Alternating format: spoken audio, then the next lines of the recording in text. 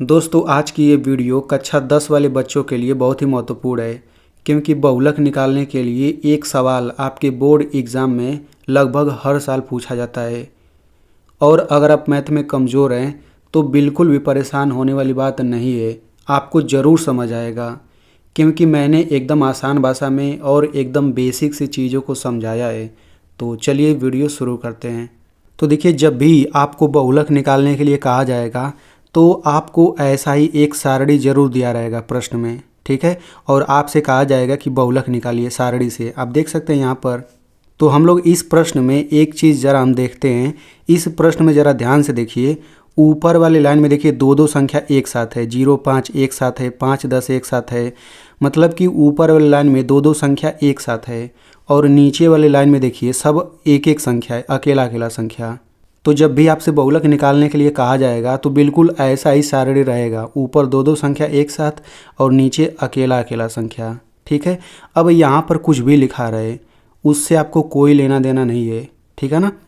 तो देखिए, इस सवाल को हम कैसे लगाते हैं। तो सबसे पहले मैं आपको बता दूं कि हम लोग बहुलक इसी सूत्र से निकालेंगे। इस सूत्र में आप देख सकते हैं कि L है, H है, F1 F0 F2। तो हम लोग क्या करेंगे, L H और ये सब सबसे पहले हम लोग इसी सारणी से निकालेंगे और फिर ये सब मान इसमें रखेंगे, फिर हमारा आंसर आ जाएगा कैलकुलेशन करके, ठीक है ना। तो देखिए, हम सबसे पहला काम क्या करते हैं। सबसे पहला काम, चूँकि बहुलक निकालना है ना, तो सबसे पहले हम बहुलक वर्ग निकालते हैं। अब कैसे निकालेंगे वही आपको समझना है। तो देखिए, ये जो अकेला अकेला संख्या है ना, सबसे पहले हम इसी में सबसे बड़ी संख्या खोजते हैं। ये जो सबसे बड़ी संख्या खोजिए आप। तो देखिए, इन सभी में सबसे बड़ी संख्या 8 है, आप यहाँ पर देख सकते हैं, ठीक है।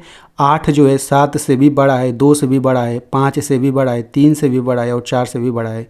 यानी सबसे पहला काम, ये जो अकेला संख्या है ना, इसमें सबसे बड़ी संख्या खोजते हैं। तो हमें 8 मिल गया है।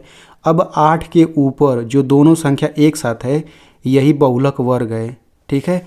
अभी मैं आपको बताऊँगा कि बहुलक वर्ग क्या होता है।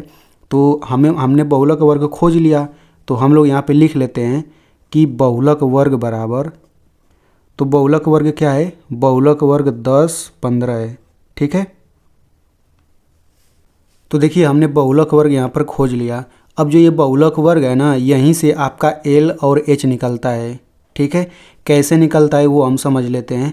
तो देखिए, ये जो बहुलक वर्ग है, इसमें यहाँ पर शुरू में ये छोटी संख्या है और उसके बाद ये बड़ी संख्या है।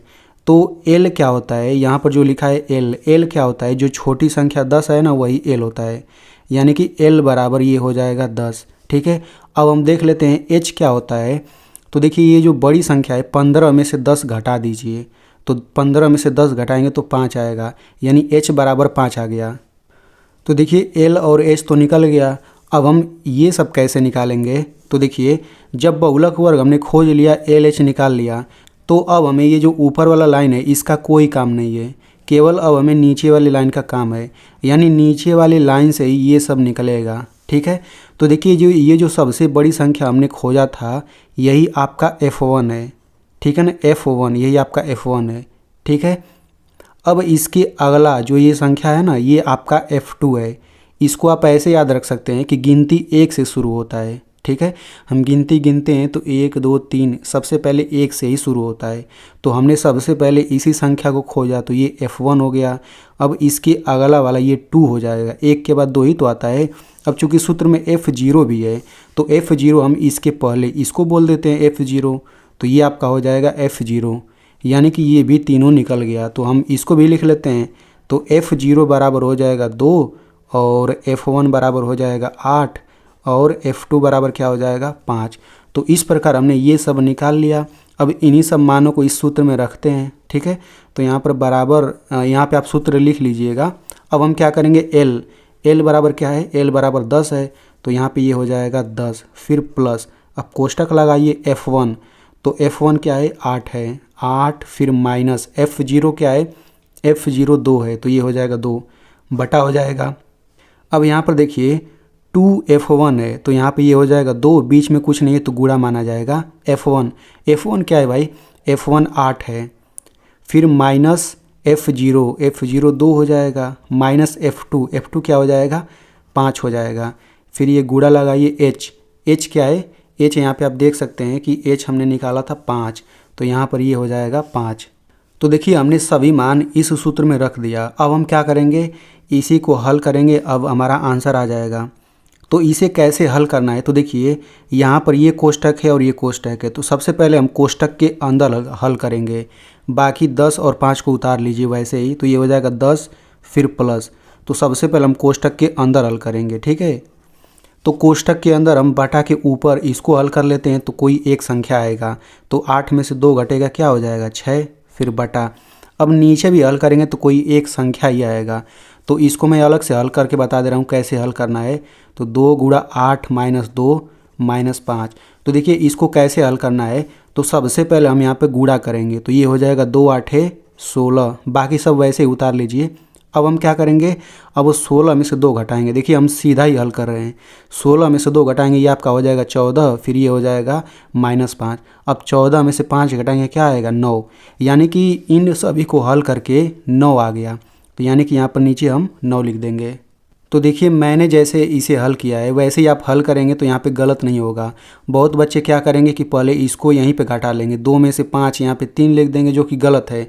आप सीधा हल करेंगे तो गलत नहीं होगा, ठीक है। तो हल करके यहाँ पर इतना आ गया।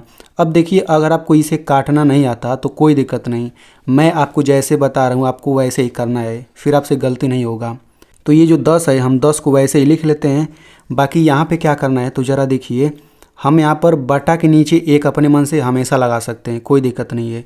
तो देखिए यहाँ पर भी बटा हो गया और यहाँ पर भी बटा है, यानी कि ये भिन्न है ये भी भिन्न है, और भिन्नों का गुणा करना है। तो भिन्नों का गुणा कैसे होता है, ऊपर ऊपर गुणा करेंगे, नीचे नीचे गुणा करेंगे। देखिए जैसे मैं बता रहा हूँ अगर आप ऐसे हल करेंगे तो आपसे बिल्कुल भी गलती नहीं होगा, ठीक है। तो अब हम क्या करेंगे, 6 और 5 का गुणा करेंगे तो ये हो जाएगा 30, फिर बटा 9 और 1 का गुणा करेंगे, ये हो जाएगा 9। अब आपको क्या करना है, अब आप चाहें तो यहाँ पर 10/1 लिख के और भिन्नों का जोड़ जैसे कर सकते हैं, लेकिन मैं आपको और आसान तरीका बताता हूँ। आप इस 10 को वैसे ही लिखते जाइए। अब यहाँ पे क्या करेंगे कि 30 में 9 से भाग करिए, तो यहाँ पे ये हो जाएगा 9 से भाग करना है 30 में। तो देखिए 9 3 27 हो गया, घटाएंगे 3। अब क्या करेंगे, दशमलव लगाएंगे तभी यहाँ पर 0 बढ़ेगा, फिर भाग करिए 9 3 27।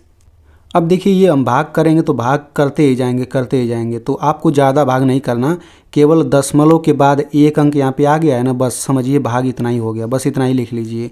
तो अब हम क्या करेंगे, यहाँ पे लिख लेंगे 3.3, ठीक है।